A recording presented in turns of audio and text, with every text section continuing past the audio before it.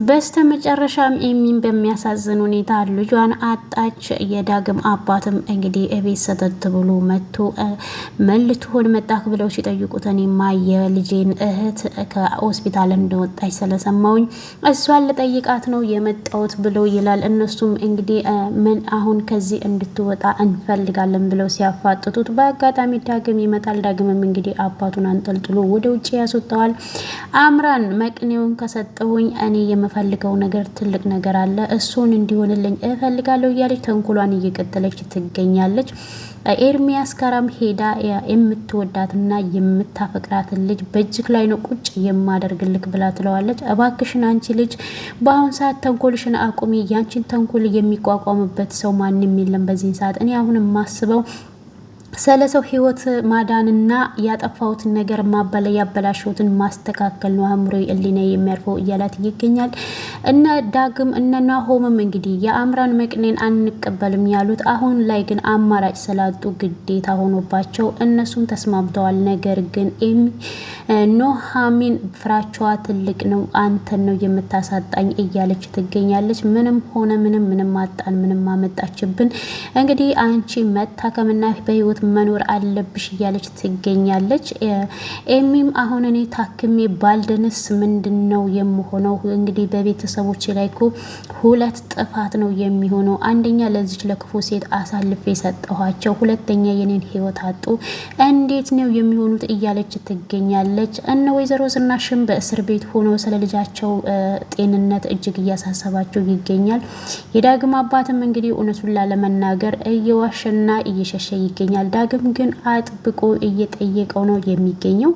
ሰላም ጤና ይስጥልኝ ውድ የተከበራችሁ የቻናል ቤተሰቦች እንደምን ከረማችሁ? ይህንን ቻናል በቅንነት ላይክ፣ ሰብስክራይብ፣ ሼር እያደረጋችሁ ቤተሰብ ሁኑ። ተወዳጁን ኑሃሚን ድራማን አስተማሪውን ይዤላችሁ መጥቻለሁኝ።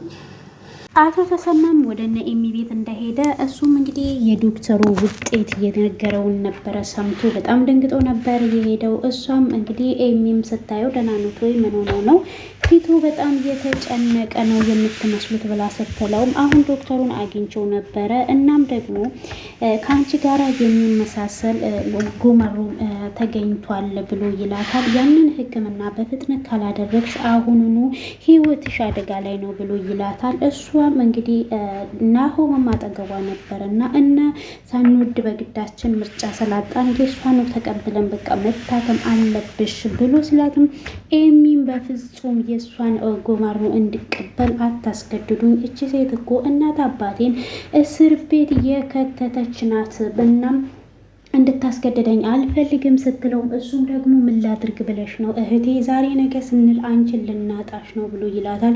በሚያሳዝን ሁኔታ እሷም ስቅስቅ ብላ እያለቀሰች እሱም አቅፎ እያጽናናታል።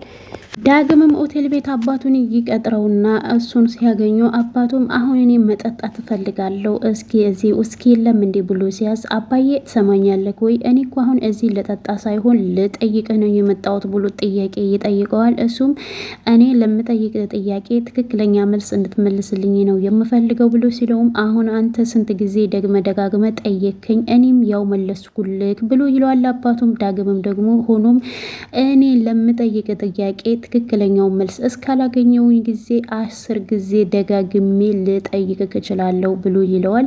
እናም እዛ አንተ በዛን ቀን ተመተከ እነሱ ወይነ ወይዘሮ ዝናሽ አንተን ሊቀብሩ መኪና ውስጥ ካስገቡክ በኋላ ሁለት ሰዎች አሉ ወይስ የሉም ብሎ ሲጠይቀውም እንዴት ነው ቆይ አንተ የምታስበው? እኔ እኮ በጥይት ተመትቻለሁ፣ እንዴት ነው በዛን ጊዜ ላስታውስ የምችለው ብሎ ይለዋል።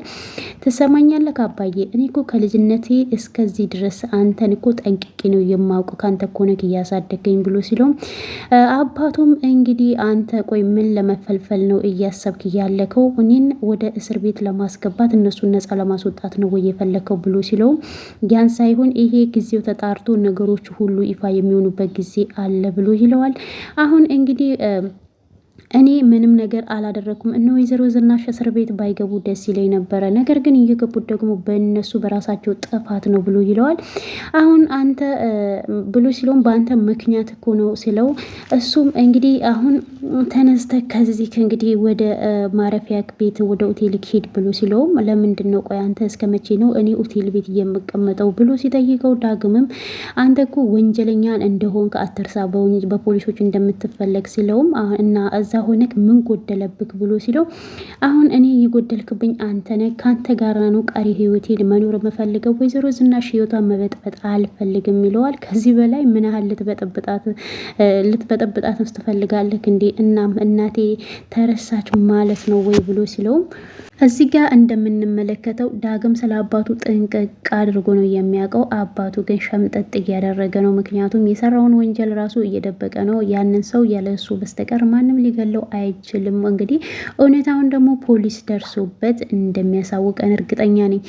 ናሆምም እንግዲህ በጣም እንደተጨነቀ ኑሃሚን እንደውሉ ይጠራታል። ምን ሆነክ ነው? ሰላም አይደለክም ወይ? እንደዚህ አስቻኩለክና ጣድፈከኝ ይጠራኸኝ ብሎ ሲለውም እሱም ይኸውልሽ ኑሃ አሁን ላይ አንቺ ስትወጪ በጣም ያኔ ስላስቀየምኩሽ እጅግ በጣም ተጨንቄ ነበረ። እናም ይኸውልሽ ኑሃሚን ካልጠፋ ሰው እንዴት የእህቴ መዳኛ በአምራን እጅ ይገኛል ብሎ ይላታል። እሷም እኮ በጣም ተጨንቃለች እና አሁን እሷ ምን ልታመጣብን ትችላለች ይህን ነገር ተጠቅማ ብላ ስትለው፣ እኔ አላውቅም በጣም ብዙ ነገር በድያታለሁ፣ እርቃኗን ቆማ እስከምትሄድ ድረስ አድርሻታለሁ፣ ብዙ በድያታለሁኝ እና ለዚህ ደግሞ ተመጣጣኝ ቅጣት እንደምታደርግብኝ እጠብቃለሁ ብሎ ይላታል። እሷ ግን ትልቅ ፍራቻዬ እኔ አንተን እንዳታሳጣኝ ነው። አንተን እኔ ደግሞ ካጣሁኝ ይሄንን መቋቋም አልችልም። እሷ በአንድ ድንጋይ ሁለት ወፍ መግደል ነው፣ ሁለታችንም ነው መገለን ብላ ትለዋለች። እሱማ እንዴት ሊሆን ይችላል ብሎ ይላታል። ትንሽ ምን እያልሽ ነው ኑሃሜ? በፍጹም ይሄንን ልታደርግ አትችልም ብላ ሲላትም እሷን በጣም ስለተጨነቀች ናሆም ልጅቷ እኮ አምራን ናት ብላ ትለዋለች። እሱም እንግዲህ ከኔ የምትፈልገው ገንዘብ ብቻ ነው፣ ከገንዘብ ውጭ ልትፈልገኝም ልትወደኝም እኔን አትችልም። አሁን ሁለት ብታስመርጥክስ ብላ ስትለው፣ ምንድን ነው የምታስመርጠኝ ሲላት፣ ከእህትክ ህይወትና ከእኔና አንተን ብታስመርጥክ ምን ታደርጋለህ ብላ ስትለው፣ እሱም አንቺ ብትሆኚ በእኔ ቦታ ምን ታደርጊያለሽ ሲላት፣ እኔ ምንም ነገር አላውቅም እናም አንተን ብላ ብትመርጥክ በእህትክ ህይወት ትፈርዳለህ ወይ ብላ ስትለው፣ እሱም እንግዲህ በፍጹም ይሄን ነገር እንድታደርግ አልፈቅድላትም፣ በመካከላችን ገብታ የኛን ህይወት እንድታበላሽ አልፈልግም ብሎ እንግዲህ ቅፍ ያደርጋታል። ኑሃሚን እዚህ ጋር ትክክል ናት። አሁን ላይ ገንዘብ ሳይሆን እነሱ ሁለቱም ማለያየት እና ሁለቱ ደስተኛ ሆነው እንዲኖሩ አለመፈለግ ስሜት ነው የሚታይባት። ዳግምም ወይዘሮ ዝናሽ ጋር ይሄድና እናቴ እንዴት ነሽ ደህና ነሽ ወይ ብሎ ሲላትም እኔ ደህና ነኝ፣ አሁን እኔ የማስበው ስለእናንተ ነው፣ እኔ ምልክ ኤሚና ናሆምስ እንዴት ናቸው ብላ ስትለው፣ እሱም ደግሞ ስለነሱ ታስቢያለሽ ወይ አንቺ እዚህ ሆነሽ እነሱ ደህና ናቸው ብላ ትለዋለች። እናም ኤሚዬስ ብላ ስትለው እሷም ደህና ናት፣ ዛሬ ደግሞ ሕክምና ዛሬ ሆስፒታል ትገባለች ብሎ ሲላትም እሷም እያለቀሰች እንደ እናት ከታመመች ልጅ ጎን ሆኜ ማስታበብ ሲገባኝ እኔ ያለሁት እዚህ ነኝ ብላ እጅግ ስታዝን፣ እሱ ደግሞ ምንም ነገር አታስቢ ኤሚን በሰላም ሁሉም ነገር ሕክምናው ተጠናቆ ትወጣለች፣ አንቺ የእሷን ጉዳይ በኔ ታዩ ይላታል። እሷም እኔ የምልክ አቶ ለይኩንስ እንዴት ነው? እሱ እኮ ጭንቀት አይችልም ብላ ስትለውም እሱም ደግሞ ምንም አይልም፣ እሱ በጣም ደህና ነው፣ ታቆሻል፣ ግን አንቺ እኮ ለሱ እያደላሽ ነው፣ አንቺም እኮ እጅግ እየተጎዳሽ ነው ብሎ ይላታል። እሱም እንግዲህ አሁን አንተ አታስብ፣ እኔ በጣም ደህና ነኝ። እንግዲህ እሱም ጥያቄ በአይምሮ ውስጥ የሚመላለሰውን ይጠይቃታል። እኔ ምልሽ እማዬ እዛ ጋር የተፈጠረውን ነገር ለምንድን ነው ለመርማሪ ፖሊሱ የማትነግሪው? ማለት እናንተ የሚባለውን ነገር አድርጋችሁታል ወይስ አላደረጋችሁትም? እስኪ ንገሪኝ፣ እኔ በአይምሮዬ በጣም ብዙ ነገር ነው የሚመላለሰው ብሎ ሲላትም፣ ይኸውልህ ዳግም እኛ ከአባት ውጪ ማንም ላይ ጉዳት አላደረስንም፣ ስለዚህ ደግሞ እኛ ወንጀለኛ አይደለንም ብላ ስትመልስለት፣ እና እንደዛ ከሆነ ለምን ለመርማሪው ፖሊስ ነግረሽ ሁሉንም ነገር እንዲከናወን አታደርጊም ብሎ ይላታል።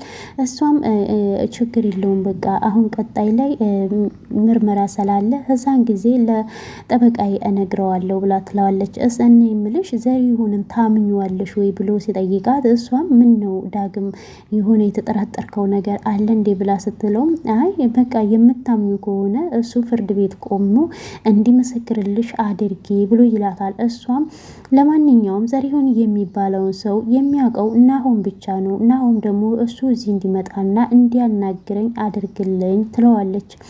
በሚገርም ሁኔታ እሱም እጅግ ልቡ በጣም ተሰብሯል። ዳግም እዛ ቦታ ላይ ሁለቱም በመታሰራቸው እናንተ ሁለታችሁም ይሄ ቦታ ለናንተ የሚገባ አይደለም፣ ስለዚህ አታስቢ፣ ኤሚም በሁሉም ነገሮቹ ተስተካክለው ሕክምናዋም ተጠናቆ በሰላም እንደምትወጣ እርግጠኛ ነኝ፣ ፈጣሪም በሁሉም ነገር እንደማይቀጣን እርግጠኛ ነኝ ብሎ ይላታል። እሷም እንግዲህ በጣም እያዘነች ጥሏት ይሄዳል።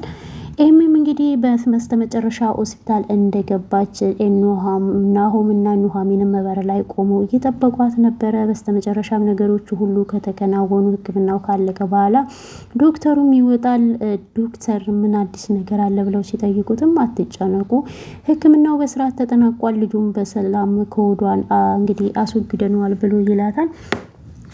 ኑሐሚንም እጅግ ታለቅስና ኤሚኮ ልጇን አቅፋ ለመሳም ነበረ የምትፈልገው ብላ በጣም ስታለቅስ እሱም እንግዲህ አሁን ተረጋጉ፣ እሷ ሰላም ናት ብሎ ሲለው እኔ የምላችሁ አሁን የአምራን ጉማሩ ከእሷ ጋር ማች እንደሆነ ሰምታችኋል አይደለም ወይ ብሎ ሲለውም ናሆምም እኔ የምልክ ዶክተር ትንሽ ጊዜ አትሰጠንም ወይ ለምን ከሌላ ሰው አንፈልግም ብሎ ሲለውም እና ቆይ ናሆም ምን እየሆንክ ነው? ይሄ ራሱ በስንት መከራ እንደተገኘ ታውቅ የለም ወይ? ስለዚህ አሁን ላይ ልጅቷ ቶሎ በሕክምናው ነገሮቹ ተስተካክሎ ከሀገር ወጥታ ካልታከመች ህይወቷ አደጋ ላይ ነው ብሎ ይለዋል። እዚህ ጋር ምንም አይነት ምርጫ የላቸውም ጊዜ ስለሌላቸው ከየትም ሊያገኙ አይችልም።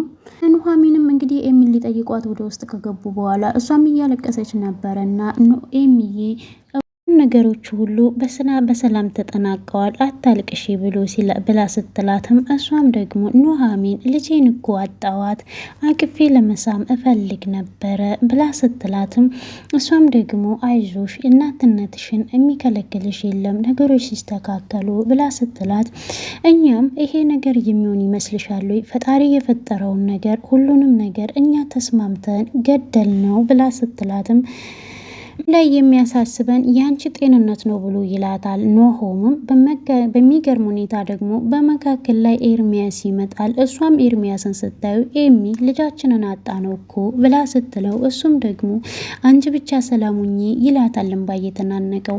እናም ሁሉም ነገር ይደርሳል ሲላት አንቺ ካለሽ ሁሉም ነገር አለ ሲላትም እሷም አንተ እኔ ልጃችንን በማጣትክ ምንም አልመሰለክም አይደለም ወይ ብላ ስትለውም እኔም እንዳንቹ ነው ሰማኝ፣ ነገር ግን መቅደም ያለበት የአንቺ ጤና ነው ብሎ ይላታል።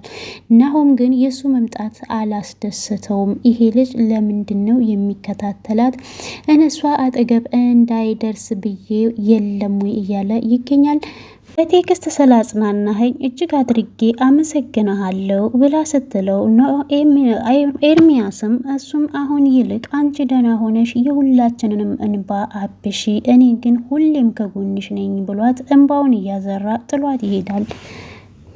ናሆምም አባቱን ሊጠይቀው ይሄዳል። አባቱን ሲያገኘውም እጅግ ተጎሳቅሎ ነው ያገኘውና አባዬ ምን ሆነ ነው እንደዚህ ራስን እየጣልከው? አታስብ፣ ኤሚም እንግዲህ አሁን ዛሬ በሰላም ጽንሱ ከወዷ ወጥቷል ብሎ ሲለውም የእውነትን ነው ልጄ ብሎ ይለዋል። እንግዲህ ይህንን ከተገላገልን ፈጣሪው ፈጣሪ ያውቃል ሲለው ናሆምም ደግሞ አሁን ዶክተሩ ካንሰሩ በሰውነቷ በጣም እየተሰራጨ ስለሆነ ቶሎ ሕክምና ማድረግ አለባት ብሎኛል ብሎ ሲለው እና ከእሷ ጋር አሁንም ማች የሚያደርግ ጉማሮ አልተገኘም ወይ ብሎ ሲለውም መገኘት ተገኝቷል ግን ብሎ ሲለው እና ከተገኘ ለምንድነው ችላ የምትሉት ብሎ ሲለውም ከተገኘው ሰው ግን አንተን ብትሰማ በጣም ነው የምትደነግጠው ሲለው ከማን ነው ብሎ ሲለውም ከአምራን ይለዋል። በጣም ይደነግጥና ምን እኛም እንደዚህ ካንተ በላይ ነበር ይሄንን ስንሰማ የደነገጥ ነው ሲለው ልጁም እንግዲህ እኔማ መደንገጥ ብቻ ሳይሆን ቅስሜ ነው የተሰበረው። አሁንም ያቺ ሴት እኛን የምትበቀልበት መንገድ አገኘች ወይ ወይኔ ለኪኩን እያለ እንግዲህ እጅግ እየተበሳጨ ነው። አሁን ላይ ምንም አይነት አማራጭ የላቸውም ከእሷ ጋር ከመቀበል ውጪ። እናም ለምንድን ነው አባዬ አሁን አንተ ያኔ እሱን የዳግምን አባት ልትቀብሩ ስትሄዱ ተጨማሪ ሌላ ሰዎች እንዳሉ ለፖሊሱ ለምርማሪው ያልነገራችሁት ሲለው እኔ እሱን አላውቅም ዝናሽም ይሄንን ለምን እንደደበቀች ብሎ ሲለውም ያው የቪዲዮ መረጃ በፖሊሶቹ እጅ ስላለ ለዛ ይሆናል ፈርታ ሲለው እንግዲህ እኔ አሁን ላይ ያኔ በትክክል ማሰብ አልቻልኩም። በትክክል ደግሞ የምታስበው አይምሮክ ነጻ ሲሆን ነው ለዛ ነው ብሎ ይለዋል።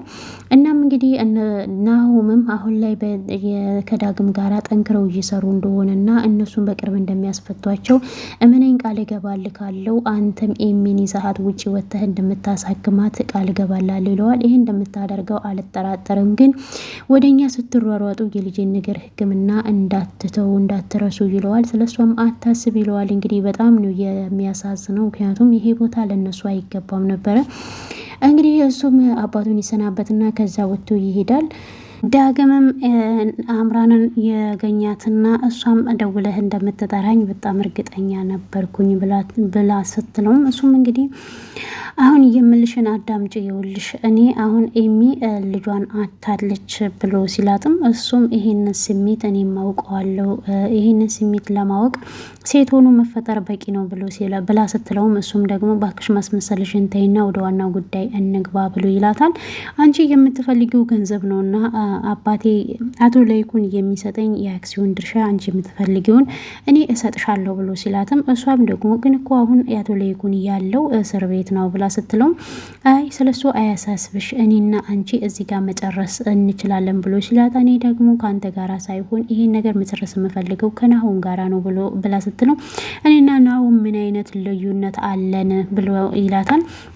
እሷ አንተና እሱ በጣም ልዩነት አላችሁ፣ የምጣዱ ቀርቶ የቁናው ተንጣጣ ብላ እንግዲህ ትተርትበታለች። አሁን እሱ ደግሞ ባክሽ የእህቴን ህይወት አድኝልኝ በቃ ፍላጎትሽ ገንዘብ ነው ቢላትም እሷ ግን በፍጹም ገንዘብ ሳይሆን ናሆምን ነው የኔም ያንተም እንግዲህ ሀሳባችን አንድ ነው ብላ ትለዋለች። እሱ ምን ማለትሽ ነው መቼም ስለ ኑሃሚን እንደሆነ የምትይው እኔ እሷን እረስቻታለሁ ሲላት እሷ ደግሞ ይሄ እሷንማ አትረሳትም በጣም እንደምትወዳትና እንደምታፈቅራት አውቃለሁኝ አሁን ላይ የኤሚ ጉዳይ ይዞክ ነው እንጂ ብላ ስትለው እባክሽን አምራን እኔ አሁን የሰራሁትን ኃጢአቴን በደሌን ይበደል ቸውን ሁሉ በምን ላካክሳቸው ብዬ እየተጨነኩኝ ነው እየተጸጸትኩኝ ያለሁት ብሎ ይላታል። ምን ነው ለቤተሰቦችህ መስዋዕት ለመክፈል ነው ወይ መክፈልክ ነው ወይ ብላ ስትለውም እንግዲህ እሷ አሁንም በስተመጨረሻም እንግዲህ በብሩን ሳትስማማ እሱን ነው የምፈልገው ብላ በአራት ነጥብ ዘግተው ነው የወረደችው። እሱም በጣም